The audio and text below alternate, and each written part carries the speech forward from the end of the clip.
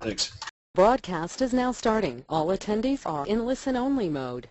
Welcome to today's Platinum Session with your host, Todd Walters. Thank you, Andrea. Welcome, everyone. And I'm going to make a few recommendations here, primarily some what I make on all of these coaching calls and webinars that we do for you is try to minimize distractions and pay attention. And look, I know how difficult it is, right? So think about this. You're in front of your computer right now, sitting in your office or your home office or at home, and the phone's ringing. There's other things going on, so there's lots of ways and opportunities to become distracted. But today's program is one you don't want to miss a minute of, not even a second, and primarily because over the course of time, history in this real estate industry, there are people that get in and there are people that get out. And you know what I mean? According to the National Association of Realtors, well over 80% of all agents who get into the business get out of it within a very short period of time. And think about that, 80% in, 80% out within every 2 to 5 years, that kind of turnover. So, why is that? Well, and then there are people that get in and they do pretty well at it. They make a good living selling real estate. Now, what would be a good living? Well, good living to me would be someone like, they're making $100,000, $200,000 in gross commission income, and they set themselves up pretty nicely to have a job. But it's difficult to sustain a job like that because it requires you doing everything, hence the word job, and you never really have enough money to fully bring in people to delegate to, and it's catch-22 for a lot. And then there are a few people like Nathan Clark, okay, and some of our other program members who get in and they not only make a good living selling real estate, but they actually build it into a business. I mean a real business that doesn't necessarily depend on the team leader for its day-to-day operational income or success. Now, let me be real clear on that. I've heard from many coaching program members over the years that they want to grow their real estate sales team or they want to grow their business up to a certain point and then manage it. And I got to tell you, that is not a very good strategy at all. That's a strategy for failure because by the very definition, or I'll tell you what, you can go grab Michael Gerber's book, The E-Myth Revisited, and as soon as you get into that book, you'll notice that the formula for having a very successful business are being able to complement and have ongoing on every day, every minute really, that the business is in existence is the entrepreneur, the technician, and the manager. So if you ever have a real estate business where you're the entrepreneur and you're driving that business and you're working on marketing and then one day you decide just to become the manager and manage things and you leave your entrepreneurial role to go and do that, then your business will go backwards. It's just a matter of time before it fails, okay, or goes back, and then you have to become the entrepreneur again. So what's great about Nathan Clark, some of our other members here, is that they're really good entrepreneurs. They're not scared to test things. They're not scared to fail, but they're really smart about how they go about doing things. For example, they want to, what's working? What is somebody else doing that works really, really well that I can, give it a go. I can test. I can start there so they're not starting from scratch. So they're already halfway to success just by copying successful members. So anyway, so Nathan's done a really good job of that. So I asked Nathan to join me on today's webinar because I wanted to talk specifically about one or two marketing things that he's got going, primarily radio, and how that ties into the ground game and some of the other things that are going on. Nathan, welcome to the program. Hey, thanks for having me, Todd. Yeah, man. Okay, so how long have you been in the Platinum program now? I believe 6 or 7 years. Okay. So you've been in the Platinum program for 6 years or so? Actually, no. I was in coaching 6 or 7 years, so I would say about 4 years in Platts. Okay, 4 in the Platinum program. All right, so when you first got into the Platinum program, what kind of income were you doing when you first joined? You were a RE/MAX agent at the time, and I remember when you joined the program, you were pretty successful. What were the numbers? I was making about $150 $1,000 net profit a year. Probably not even. I'd say probably closer to 100 to 150. We were doing about 500, 600,000 in commissions at that time. Yep. So pretty good, doing around $500,000 in gross commission income. And what did your team look like at that moment in time? Oh, way back it was me, my wife, my father, and that was it. Okay. 3 people. Okay, so let's fast forward now. What'd you say, almost 4 years? And what's your gross income going to look like this year? We're going to do about $2 million. And my team consists of 7 agents, 2 inside sales agents, a database manager, admin, closing coordinator, a listing coordinator, and a mail room and sign person. Now, and I don't think I was doing $500,000 when I started Platts. I was probably doing about $300,000. Okay. Well, between $300,000 and $500,000, still good money. In other words, I wanted to point out that you were very successful. You were earning a good living selling real estate. Your wife was helping you. Your dad was helping you. He was on his way out of the business, I guess, at that moment in time. Yeah. And so, you had a successful real estate career, not unlike an awful lot of people out there, especially to come through our programs. But somehow, over the last, 3.5 years, almost 4 years now, you've been able to take that to $2 million in income. And it's not like you're in some huge metropolitan area like Metro Atlanta. No offense, you're in Rhode Island. Yeah, our average market right now has gone way up. Average sale price is about $200,000, $210,000. Just a couple of years ago, it was about $160,000, $170,000. So it's going up. Certainly the average sale price, but yeah, average commissions maybe about $6,000, $7,000. Okay, now you're pretty good though, because I remember having conversations with you early on as a platinum member about the amount of money that you would make per transaction. And I told you, I said, okay, Nathan, there are 3 ways for you to grow your business. You can increase the number of transactions, increase the amount of money that you make per transaction, and increase the number of times people come back and do business with you. So you're going to increase the number of transactions, but let's talk about how much money you're making per deal. Okay, so we charge a $4.95 fee up front or at the end. You're either going to pay it at the end or you're going to pay it up front. I would say, anyways, we get it 100% of the time. Okay? All right, hold on. Is this for sellers, for buyers, for both? What? For sellers. Yep, for sellers, we get the $4.95 fee as a transaction fee at the end, or if they paid up front, we give them a couple extras. So when we take the listing, what we do is we will upsell. If they want a virtual tour, we could do a video tour. And we give them a couple extra benefits to do that. I actually just stole that from you, Todd. Options 1, 2, or 3, which one do you want to do? And option 1 is $4.95 at the closing and 7% commission. Now, the average commission right now is about 5% in Rhode Island. So we're making 2% more, but what's even great about that is because everybody pays 2.5% out, we pay 2.5% out also, but we get to keep 4.5% in our pocket every time we sell a property. Okay, so let me make sure I understand. So you're getting $495 a good bit at a time up front from your listings, mm-hmm. and the commission rate that you're charging is 7%.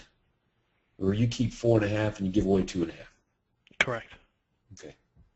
Did I get those numbers right? You did. And what's great about that is this year I've already put another $70,000 in my pocket with those $4.95 fees. Yeah. Now, here's why this is important. As your business grows, and I'm talking for the benefit of everybody listening, is that you're going to delegate more and more and more of the sales activity. The sales are going to be done by other people. And so you're giving away 50% of the commission right out of the chute, to your sales guys. So the profit, the expenses, everything that's associated with trying to be profitable becomes a big, big deal.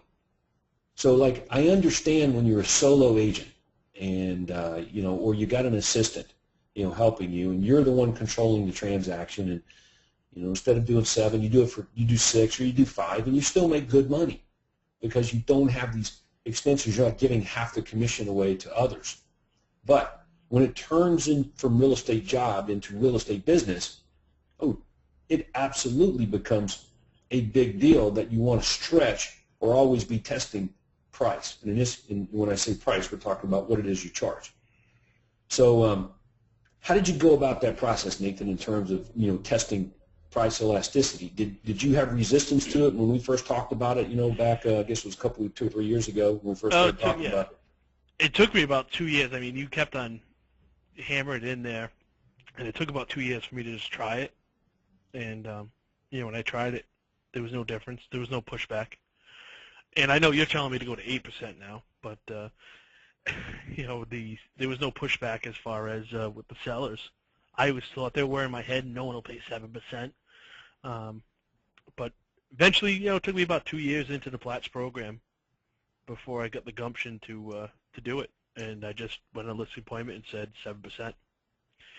And when I hire new agents, they do the same thing. How do you get 7%? And then they go out and they get 7%. And once they do that, every listing they get is 7%. Once they realize. So when you go to when you go to the closings and you're getting 4.5, and the buyer's agent, from whatever company they're from, is getting 2.5, how do you deal with that dialogue? Well, I actually bring a taser with me, and what I do is I just tase them a little bit. It stops them right there. But usually I get the phone call after the closing. They don't pick up on it at the closing. Once in a while they do, and to be honest, I just ignore it. If they push it and they want to call, I try to recruit them and tell them, we can show you how to make that money. But I mean, it's just very logical to me. I just tell them, hey, listen, we're the one going to the table to fight for 7%. Why did they assume they're going to get half? And we just tell them, you pay me 2.5% when I sell your properties. I pay you 2.5% when you sell mine. If you want more money, go to your buyer. I got my personal house under contract right now. And the commission in the MLS, it's a $700,000 home. That's what it's selling for. And the commission in MLS is $7,000. Are you getting any activity? And I got it under contract. And but I must confess, I'm actually paying the agent $12,000 because he was the only agent that negotiated with me, that tried to negotiate and get more money from me. And so I rewarded him for his effort, paid him an extra $5,000. He's getting $12,000 as a buyer agent fee on my $700,000 house. And of course, he wanted 3%, but I said, you got to negotiate your fee with your buyer, dude. What are you going to do when there's no commission offered to the buyer's agent? Did you know in parts of North America that the marketplaces are so hot that there's $1 commissions or $500 commissions or no commissions to buyer's agents, that you're forced to have to negotiate it with your buyer or ahead of time a different way? So, and of course, agents get into their own little method or way of doing things, and it gets back to what we're talking about with you right now, Nathan. Is okay, well, you're charging 7%, and you're telling me straight up that, hey, we're just not getting much pushback on 7% and $495.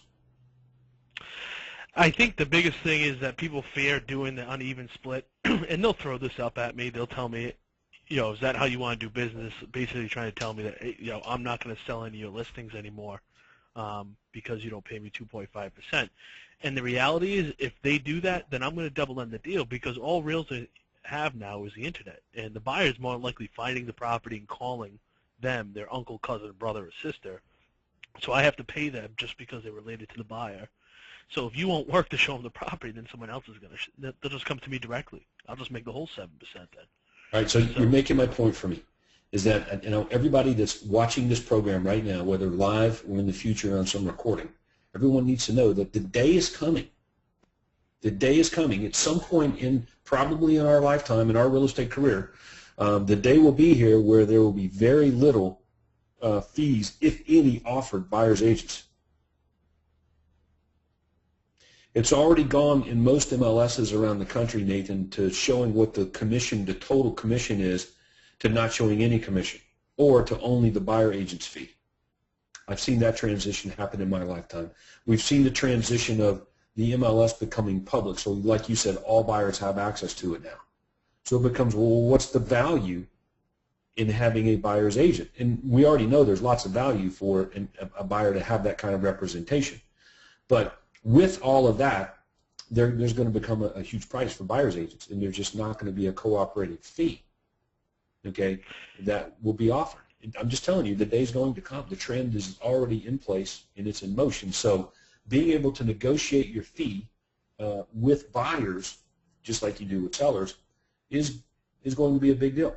All right, so I would test it two ways, Nathan. I would test an extra half a point, 7.5, and maybe a quarter point or a 0.5% less for the buyer's agents, just to see what happens. Yeah, there's a lot of agents pay out 2%. Yes, see, the transition would split the difference, and if a lot are paying 2 and 2.5, then just split the difference, do 2.25. See, and test it. Right. And just see what happens, because the trend you've already told them yourself, the trend in your marketplace, you have rising prices, which means you have a demand for real estate in your marketplace. So the demand is there. Right. So which means there's less demand for a buyer's agent. If we double-ended a lot more houses this year also, and I think that's because of it too.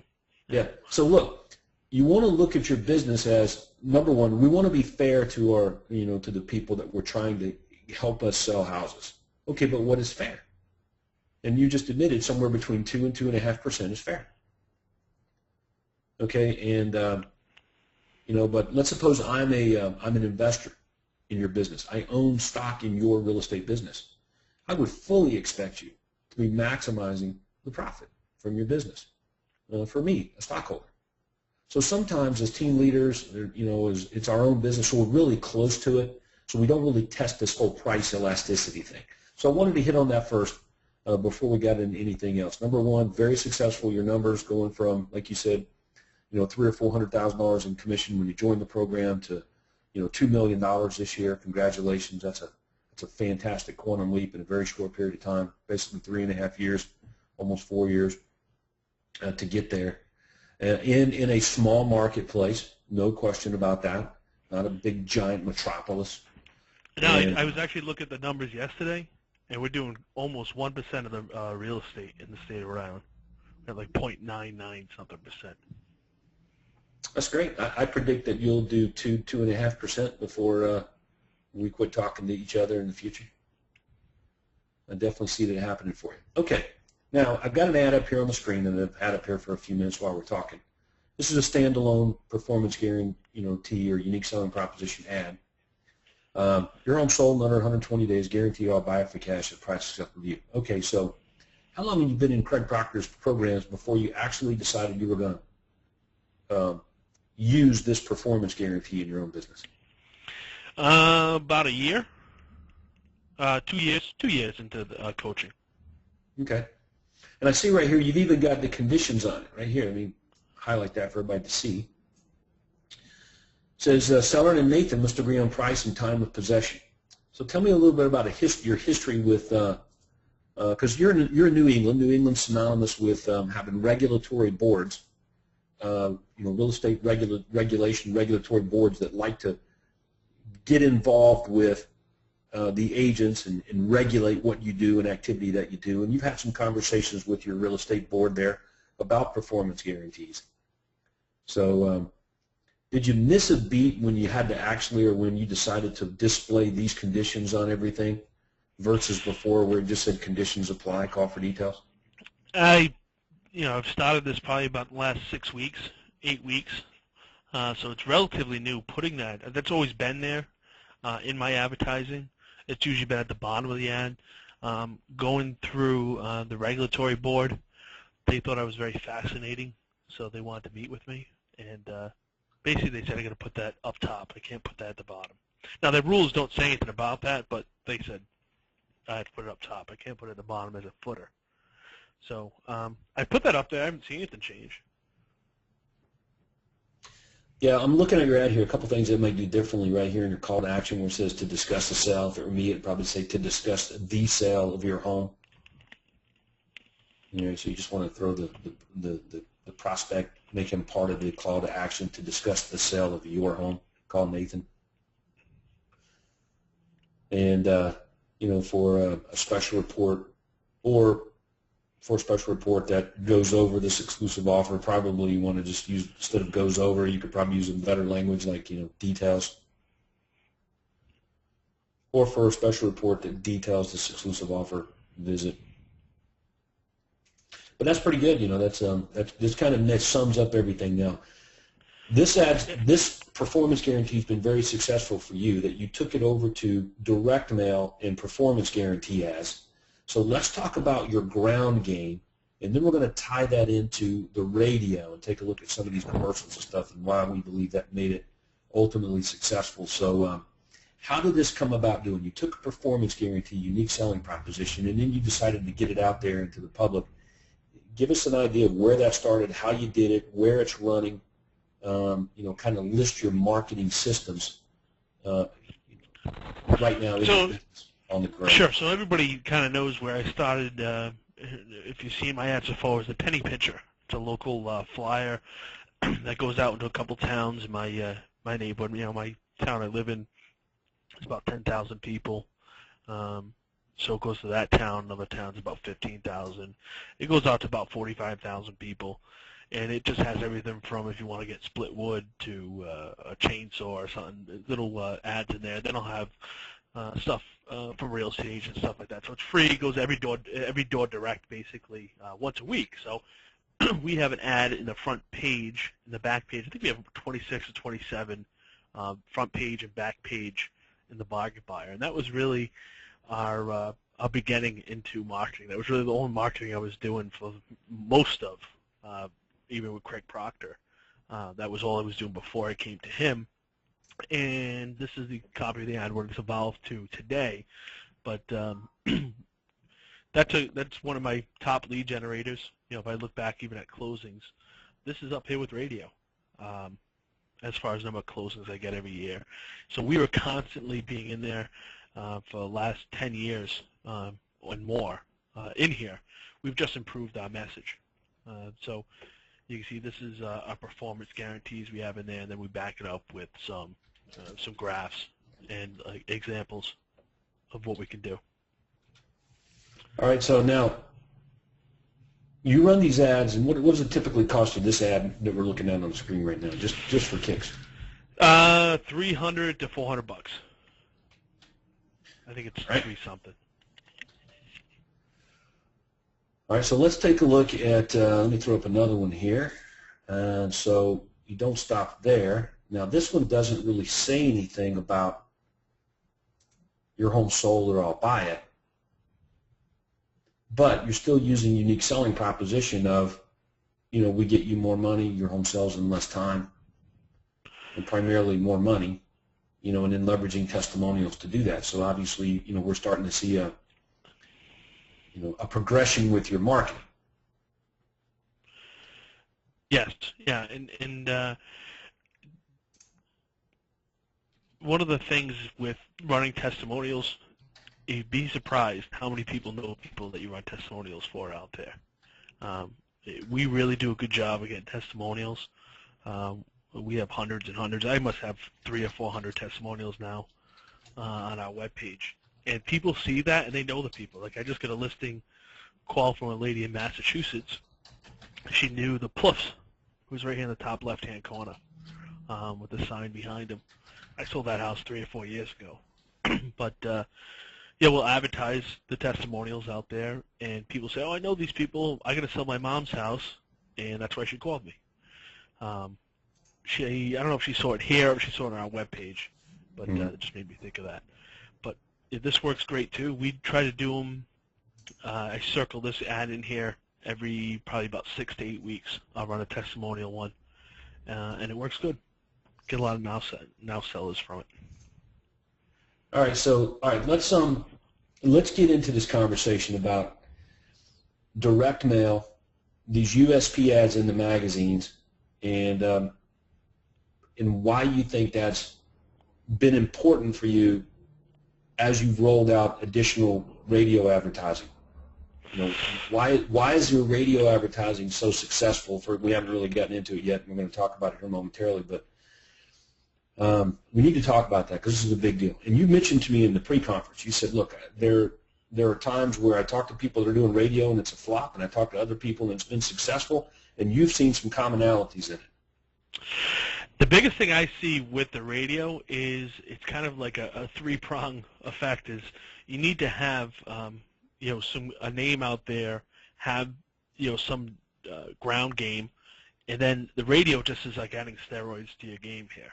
And I know it's the hot topic with the baseball going on, but basically that's what it's doing. It's really people hear you on the radio, they see you in the paper, they'll see a sign out there, and all right, I'm going to call this guy. He's all over the place. And by the time people call me, I'll get people telling me, I saw you on TV.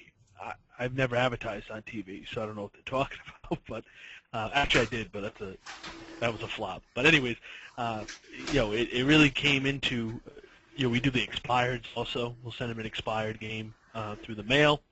And they'll see signs, and they'll hear us on the radio. So I tend to see in threes that people give us a call, and it's, hey, I see in the bargain wire, I see your signs out there, I see in the real estate book, and I hear on the radio you're just everywhere. That works. I talk to other people that don't have any game outside of radio, and they tend to do radio and it doesn't work too well. And I'm putting together, whether it's not radio or it's anything else, I've seen people do a good ground game, and then they'll do billboards, and the billboards and ground game really take off.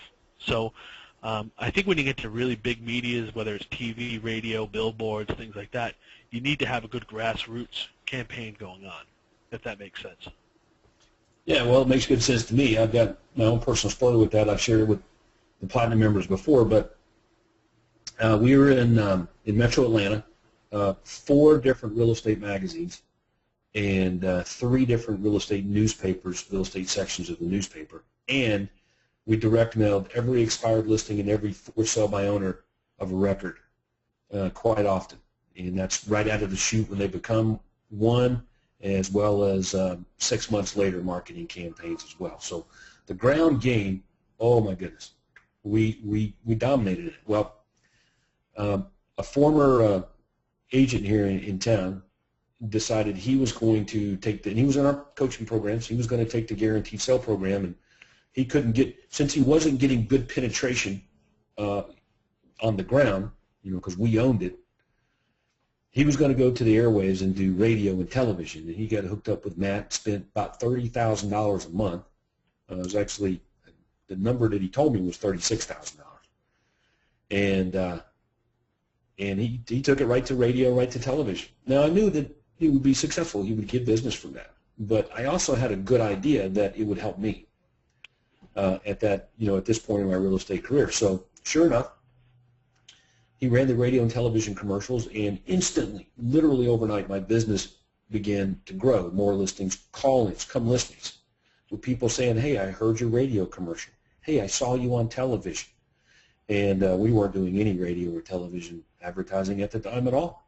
But they would hear it on the radio, and it was the message. So this further proves, Craig Proctor, my point, about it's what you do. It's the brand. The brand is your unique selling proposition.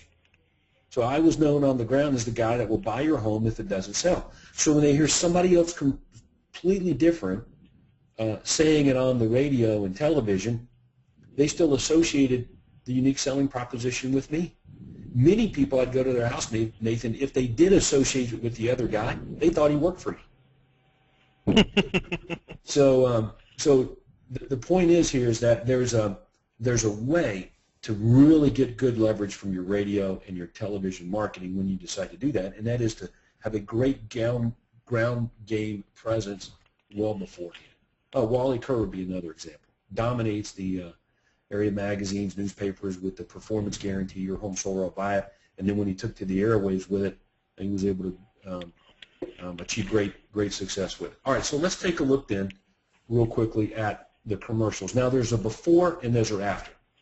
All right, so before we look at the before and the after commercial, tell me a little bit about, how you even got involved in the radio in the first place. Like, where did it pop into your mind? How did you pursue it, and who helped you? Well, yeah, it was definitely going to the Super Conference, and I remember there's a group of guys that were talking about doing radio. I remember Justin from who I haven't seen for a while. got me into it. He said he was killing it with it. You got to try it. And I just took a shot and said, hey, we'll give it a shot. So I jumped in, and it started off slow. I mean, it wasn't certainly something that just overnight. I was actually about to pull the plug on it after about 6 weeks. I was saying, man, this is kind of getting slow because it's a good chunk of change. But I hung in there a little longer, and in about 2-3 months, it really started to pick up. And then 6 months, 8 months, it just was, we were getting 2-3 phone calls a day or more every time we ran the ads. And, we were doing nowhere near what we're doing now, and that was I could see that grow. Really what happened with me also was because of the size of Rhode Island, and we only have like one really, one area code, so Rhode Island's pretty small. It's about 45 minutes to an hour. You go from one end to the other. Depends how fast you drive. But we started getting calls from South County, and I'm in northern Rhode Island. These are in southern Rhode Island. And so I was getting a lot of that business. So what I decided to do was, instead of just referring them out or not doing anything with them, I just hired an agent and said, you handle this part of the state. And that's really changed my game because then I was able to hire more and more agents, because there's only so much business that I can do up here. I think we kind of saturate as much as we can do where I'm located, and I handle that business. But now I was able to hire more and more agents to go every other end of the state, to now we're moving into Massachusetts, where we're doing a couple $100,000 in commissions a year in Massachusetts. So the radio's done that, because it broadcasts from here to, I got a listing on Prudence Island, which is an island not far from Block Island. I've never even been to, but someone gave us a call from Prudence Island. We got a listing on there. So it really opened up where we could do business. So now I'm listing houses where also the average price is much higher, down towards the beach. So that really helped my team expand, because we're getting so much business with it, and that was direct from radio also. Now, a couple of things, though, is that when you first ran the radio commercials, they were successful for you. You got business, you were making a profit from it. You're like, wow, this really works. So then what you and I did is I just listened to your commercials and read the transcript on it, and I said, I think you can improve your offer on the radio, make it more clear, and it just be a better script. You did that. You got more leads, and I'm not going to sit here and tell you that you can't get even more. I really believe that the radio has a reach, and we don't want to make the assumption that your script on the radio ad, we don't want to assume that it's as good as it can be. I bet it can be even twice better. So you and I only know what we know, and so when we look at the script and you run your commercial, you have the guy read it, the offer could be better, and we're going to learn ways to improve the offer and make it better. And that's one reason we're doing this webinar today, because there's other people out there that are watching this thing that they may have something that they're doing that's working really well, that we may be able to rewrite the script, change a little bit, add something to it. I don't know what that might be at this moment in time, because it's as good as I think it can be at the moment. But heck, have you been a guest on the radio show? No, and I've been thinking about that.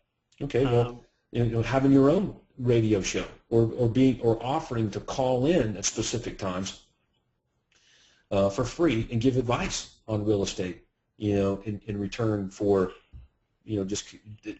all those things will add or improve the ads that you're running on the radio. So there are ways to make the ad even better. So and get more customers from that source of marketing. But let's take a listen to the before script, or the before ad. I think some people have heard this, but I'm going to play here. Let me turn my microphone around and see if I can pick it up real fast here. Let's see if it plays. Hang on. Do you need to sell your home? Mikey Adams here to tell you about the #1 agent in Rhode Island that takes the stress out of selling a home. Nathan Clark with RE/MAX. Nathan guarantees to sell your home at a price and a deadline you agree to, or he'll buy it. Nathan's marketing is a whole different league. Every month he attracts hundreds of pre-qualified buyers. He creates demand, sells your home faster for more money. If you're not happy, you fire him and you pay nothing. Call Nathan at 232-7661. That's 232-7661. Or go to NathanClarkTeam.com. That's NathanClarkTeam.com. All right, so. Do you need to sell your home? Mikey Adams. All right, so. Could you hear that okay, Nathan? Yeah, it came out good. All right. All right, so let's take a look then at the script on that. I think we've got the transcript on that right here. Let me throw that up on the screen for everybody. We'll take a look at this thing. Hang on, here we go. Yep, here we go. Got it. Let me see if I can blow that up just a little bit. And zoom in. Go 100%. Okay, so here's the script. And I thought it was pretty good. But there are some essential ingredients to what makes your USP, your ads, your marketing and your direct mail successful. Okay? And I want to point those things out. Number one is you've got a bold USP. Okay? Number two is you have social proof. In other words, you back up your claims using testimonials and superior statistics. And then the fourth thing third or fourth thing, that makes your direct mail work well, it's the call to action is clear. The offer is clear. To discuss the sale of your home, call Nathan. And then you give people a secondary option. Hey, if you're not ready to talk to Nathan about selling your house, but you still want to know how this program works, you can get a free, Nathan's prepared a free report for you that details what you need to know. All right, so that's essential ingredients that makes your direct mail, that makes your ground game very effective. And we looked at some ads. Matter of fact, I'll throw up an ad here just to bring everybody back into that. This USP ad here that I just threw up on the screen, you do some of that in the ad. Okay, so the thought is, well, if that's working so well on the ground, it's made your direct mail and your ads better since we've met each other. Those are ingredients that we need to incorporate into the script on the radio as well. So the script is already pretty good, as we can see right here. Let me go back and pull that bad boy here. It's right here. It's already pretty good. But the thing that got me when I first heard it was what you leave people with. Okay? So, for example, it says, if you want your home sold faster and for the most money, call the only agent in Rhode Island that guarantees to sell your home or he'll buy it and lets you fire him at any point if you're not happy. Now, what people are most interested in is, see, you've already got two things that you're doing to reverse the risk in that call to action. You really only need one. Okay, call the only agent in Rhode Island that will guarantee to sell your home or he'll buy it. Okay? I don't necessarily think you need or you can fire him if you're not happy in there, because I believe that more people are concerned. They don't want to fire you. They want the house sold. So if you're willing to buy it if it doesn't sell, that's as good as firing you. It's even better because I get rid of my house, right? And then it says call Nathan Clark today, and you give me the phone number, repeat the phone number, or go to nathanclarkteam.com. So the call to action falls a little flat there. Like, I can go to Nathan Clark Team, but why would I go there? If it's just information about you, in other words, why do I need to go? And any time the customer or the prospect asks themselves the question of why, they become confused. A confused mind does nothing. So I just thought that a little better clarity in the, in this would produce more calls on the same dollar that you're spending on the radio. So you made those changes, I guess, and you were able to, you noticed an increase in the calls from your radio? We just put this in here, so like everything with the radio, you got to give it some time. It's been kind of straight, but it still is down this time of year. So we did this, I think, the end of September, Todd. Yep. Beginning of September, so it's really only been about 4 to 6 weeks. So I'll give you some time, and then I'll look at the testing and see how it's done. All right. So here's the script right here with some, with a few modifications on it. Right. Don't put your home in the hands of a rookie. Call an all-star. Call the only agent I would call if I needed to sell my house. So in other words, you get your third-party endorsement from the radio host who's popular in your market, right? Yep. Yeah, this is a sports channel, so rookie all-star. Call Nathan Clark at 401-232-7661. That's 401-232-7661.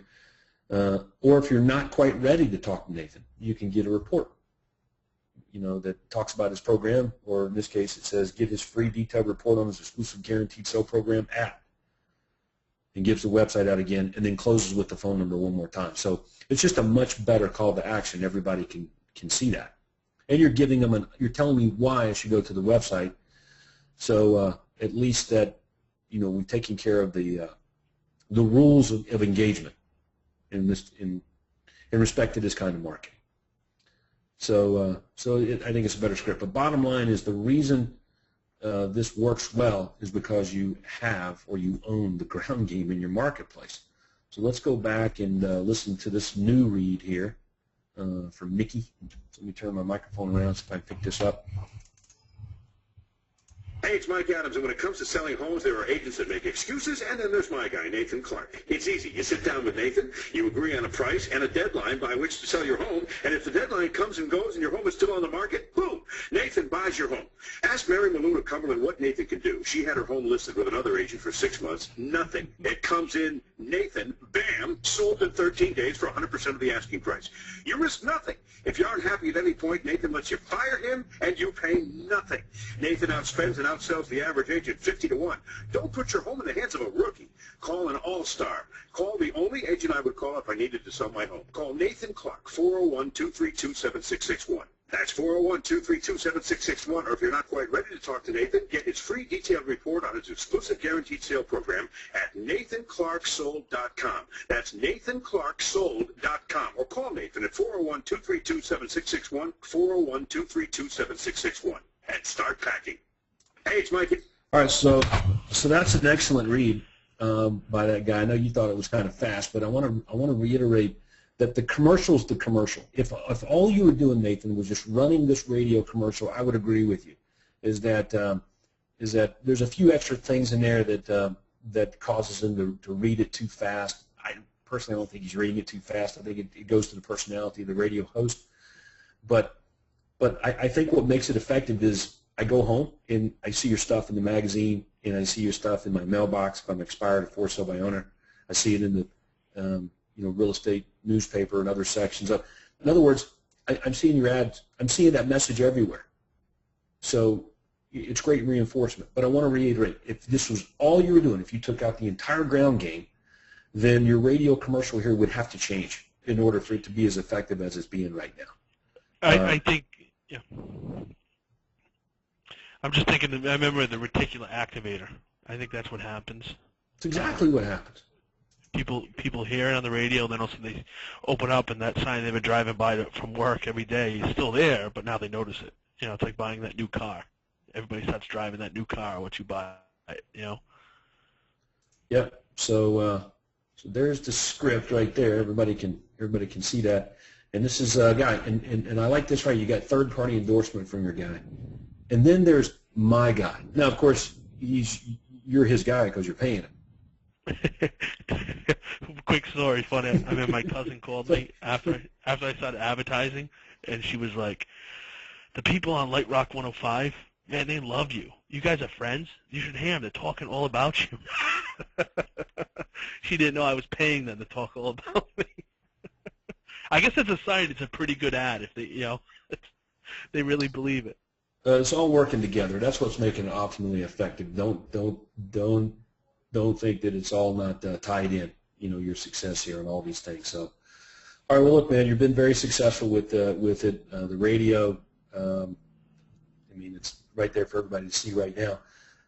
Third-party endorsement on the radio, superior statistics, testimonials in the commercial, for example, risk reversal, solid performance guarantee, easy to understand, clear call to action, and I think a lot of people's issue is they try to squeeze all that into a 30-second read, and it's like trying to create a really good ad but fit it into a certain template, because there's not enough room. We don't want to sacrifice performance to fit within a particular template. Right? That's really important. A good definition, or a good example rather, that I like to use is the business card. I like how business card templates, when you become an agent and your broker gives you the template for your business card, and you've got to put your stuff in the template. And I remember this when I first started looking at getting business cards, even when I was young, I was like, well, what happens if what I want to put in the template won't fit? And well, you have to make it fit. And I'm like, well, forget it then. I'm not going to do it. Your template should fit me. And that's been my my message with SmartZip, is that we can't make what it is we want to say and what it is we do, our unique selling proposition. I can't make my story fit in your template. Your template needs to be redone to fit my story. All right, that's how you want to talk and relate to anyone trying to get your business. Okay, so really important here. So I think you've done a pretty good job with that overall, Nathan. All right, so here's what we're going to do. We probably got, it looks like we got a couple of hands raised. So let me bring our operator onto the screen there. And Andrea, we've got time for a question or two for Nathan. So why don't you tell everybody what they need to do if they want to weigh in and make a comment or ask a question here of Mr. Nathan Clark. Yes, sir. If you have a working mic or you're on the telephone, you can click the hand icon you see in the top left-hand side of your audio control panel. I'm going to open your mic that way. Or you can type a question or comment in the chat box. Our first guest is Vic McCarian. Your line is open. Yeah, hi. This is Vic. Hey, Vic. How you doing, buddy? Fine, fine. Thank you. I have a couple of questions to Nathan, please. That 40,000 homes, there was is it an ad he's putting? Yeah, this is the ad. Is this ad he's putting it in a newspaper or he's mailing it every door direct? And if he's doing that, how much is it costing him if he's sending it every door direct or if it's in the newspaper? I'm just curious, please, for this ad. All right, where are you running this ad, Nathan? That ad is in a bargain buyer. It's like a penny pincher, Yankee swapper. Basically, what happens is just a local publication paper. So it's just a page I buy off of them. Okay. Are there any other real estate agents advertising in that Penny Saver magazine? Yeah, about 4 or 5 other realtors advertising there. And that's because we did so well in it. There's maybe one other guy advertising in there, but now there's probably about 3 or 4 other guys that advertise in there. But their advertising stinks. So. I like your fine print here. Yeah, see, that's a little older one because I can see I don't have the disclaimer. Seller and Nathan must agree upon price underneath guaranteed there. Yeah, that's a lot of small print right there that I can't read. Yeah, I took all that out. Is this going 40,000 people? It goes to about 47, 48,000 people. 47. And how much it will cost you for an ad like this? Let's say $350. A month? A week. A week, okay. And also, are you getting results from it? Yeah, I'll get 2 or 3 sellers a week from it. They give me a call looking to sell their house. But it's more, we've been doing this now in this magazine for quite a while. It's branded us as we're the guy that buys houses. When I meet people, I was in court the other day for a speeding ticket, and they lost my ticket. It was awesome. But the guy was like, the judge was like, "Oh, you're the guy that buys houses," Mm-hmm. And this is Barrville, and that's where this comes out of Barrville. So it makes us, it just builds our brand, and it comes together with all the other advertising. And thank you very much. And by the way, regarding the listing getting $495 and 7%, is there any way in Orlando or right now you can give us some hints how you start with this or how you close it, with this percentage and they agree with it? You know what I mean? Hey, Vic, let me ask you. Have you asked a seller for 7%? No. Have you asked for $495 transaction fee up front? No. Okay, well, so Nathan, Stop there. that's exactly right. I mean, I told him, I said, look, your value's already there. Just ask. So instead of saying it's 6%, say it's 7%. I mean, you got to be worth at least 2% more. I mean, if I get any pushback, Vic, see this graph right here? We get 97.67%, where the average agent gets 93%. So I make you $400 and you give me $100. How often would you do that? Right, you give me a $100 bill and I'll make you 400 out of that 100. It's a pretty good investment, right? Okay. Have you Todd been has pushed money. back before? Yeah, we get pushback. We don't get 7% 100% of the time, but 7% and oh no, the most I'll pay is 6. Well, there's a lot of numbers between 6 and 7, so 6.5, 6.75. But we're not. It depends how motivated they are. I'm not going to walk away from a seller that's getting divorced or something for $2,000 or $3,000 when I'm going to make $12,000 to $15,000. But the same thing happens when you're quoting 6%. You have people that say, I don't want to pay you 6. So you settle for 5, 5.5. So no matter what your commission rates are that you charge, there's always going to be some percentage, smaller percentage of your prospects that will say, I don't want to pay that. Okay. That never changes. And then you make a decision at that moment in time whether you want the person's business or not. And if it's profitable, I say yeah. But make no mistake about it, Vic, it always starts with just asking. That's a great idea. Yeah, no, that's how I got into it. I just asked. Okay. Thank you. Thanks, Vic. All right, let's go to our next question here, Andrea.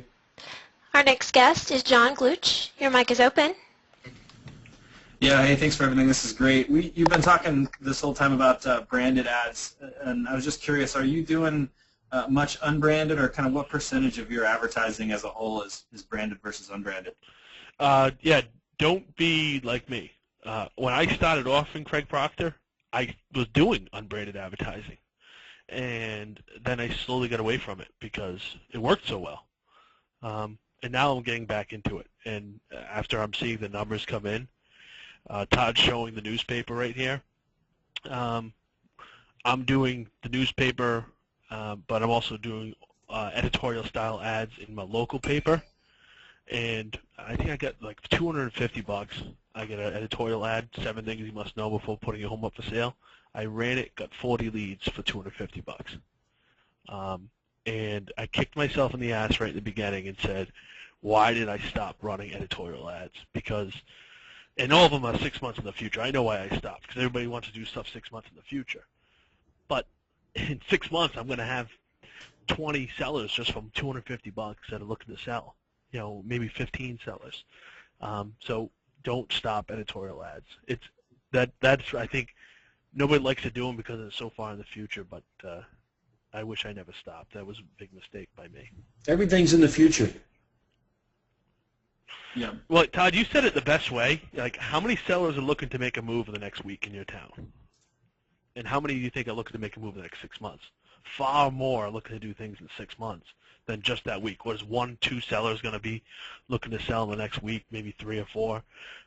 If you found the next thinking about doing the next 6 months, it's probably 40 of them, right? So you can grab all 40 of those, put a fence around them, and stay in touch with them. So. Editorial ads work good. You got to spend a lot more money on the campaigns of, face campaigns, or, than you do of editorial, and you'll get much better response to editorial. When looks like you're going to run the newspaper unbranded. Yeah, I would do it. You're going to get much better response. Yeah, that's great. Yeah, the more. Yeah. Cool. Thanks.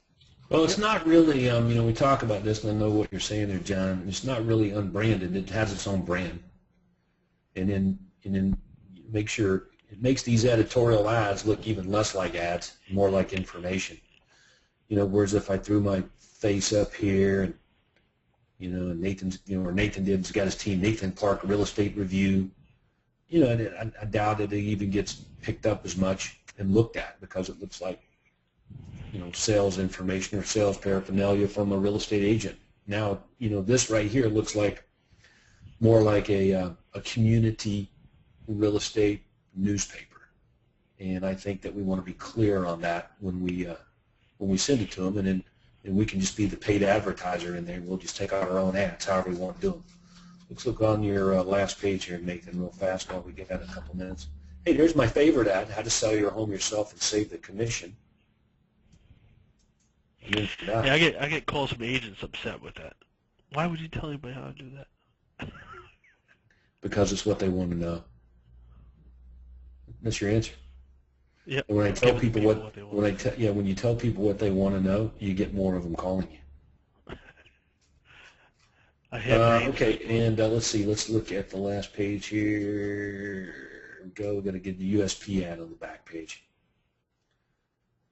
And I'll give everybody a good look at that. All right. So we're going to now.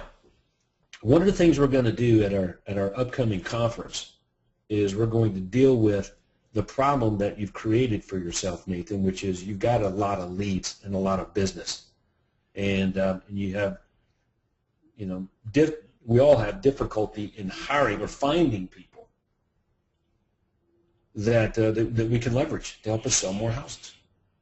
Now, I gave you an ad that I gave to you and the Titanium members as a beta test. Then it's only because I knew the ad would work extremely well to generate more agents calling, or at least raising their hand and saying, I'm interested in what you're offering me, than you'd ever experienced before, because I basically took all of the resistance out of the equation. So at our next conference, we're going to share that ad with everyone. But why don't you go ahead and just tease everybody, Nathan, on that little ad. So what happened? So you said, look, I got a problem. I need agents. So I said, okay. Run this ad. Say this. So tell me what happened. I ran the ad, sent out the email, and it was the most instant response for phone calls. I'd have to look up the numbers. I got 20 voicemails from agents calling me. 1, 2, 3, 4, 5, 6. 18 voicemails within 2 hours of me sending the email out. It was amazing. You didn't even run the ad. You just sent an email. I sent an email and I got it in 2 hours. It was the most instantaneous ad I've ever ran in my life. Yeah, Francois McKay did the same thing. He had similar results. And then, of course, you're off to the races. So it can easily solve the problem of getting agents who want more business and starting that conversation to move forward on hiring people. So we'll roll that out. Just to tease everyone, you've got to be at the next conference in order to know what it is we're talking about, to see it, because I'm not mentioning it before then. And that's just my reward for everybody getting there. All right. So with that, Nathan, that's going to kind of wrap up all the time that we got today. I know we've eaten up into a good bit of your time. But look, man, I want to say congratulations. You're a fantastic realtor, an even better marketer, and Jamie says a great husband, too. Thank you. Thank you, Jamie. All right, so, hey, thanks again, my man. Go sell some houses. If anybody has any follow-up questions, you want to talk about something, zip me an email at tw@qlsystem.com, tw@qlsystem.com. I appreciate it. Let's go sell some houses. Oh, and while you're out there selling, you might as well sell big. Thanks, Nathan. We'll see you. Thanks, Todd. Bye.